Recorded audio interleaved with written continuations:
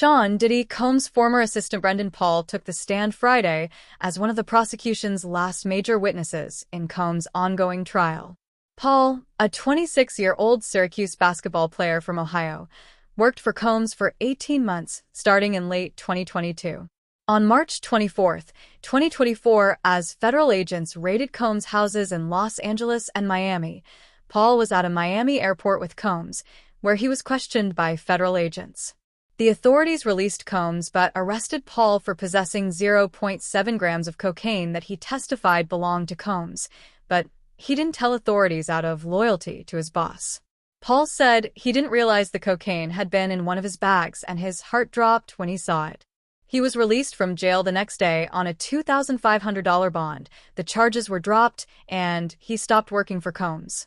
Paul said he hadn't spoken to his former boss since then and hadn't seen him until the trial began. Paul is referenced in 3 civil lawsuits filed against Combs, all of which are still pending. According to Rodney Jones, aka Lil Rod, who, in his lawsuit, accused Combs of coercing him into various sex acts, Paul's job was to acquire and distribute guns and drugs for Combs. Paul testified that he spent $500 on drugs, including cocaine, ketamine, ecstasy, and marijuana, between 5 and 10 times during his time as a personal assistant. When asked about his experience learning about the music industry from Combs, but also having to prepare for Combs' sex and drug-filled Wild King nights, Paul said it's complicated. As part of his job as an assistant, Paul would advance hotel rooms and prepare them for Combs and his girlfriends for Wild King nights. He would buy towels, lube, liquor, sheets, and toiletries for Combs' sex parties that often took place in his Los Angeles and Miami homes or hotels approximately once a month. Paul would then be tasked with cleaning up the hotel rooms after the parties and leaving cash tips to avoid damage charges.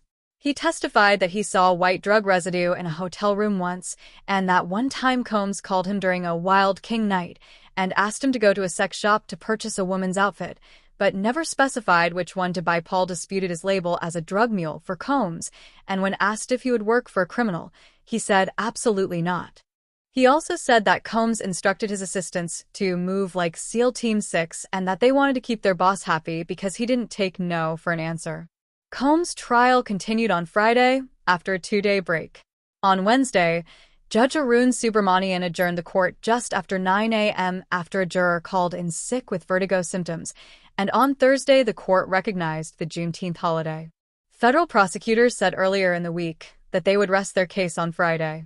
Now, the government plans to finish its presentation on Monday, which means the defense will get to call its own witnesses beginning Tuesday. The judge still expects the trial to end before July 4th. Combs is pleading not guilty to charges of sex trafficking, transportation to engage in prostitution, and racketeering. If he's convicted, he faces a possible life sentence in prison.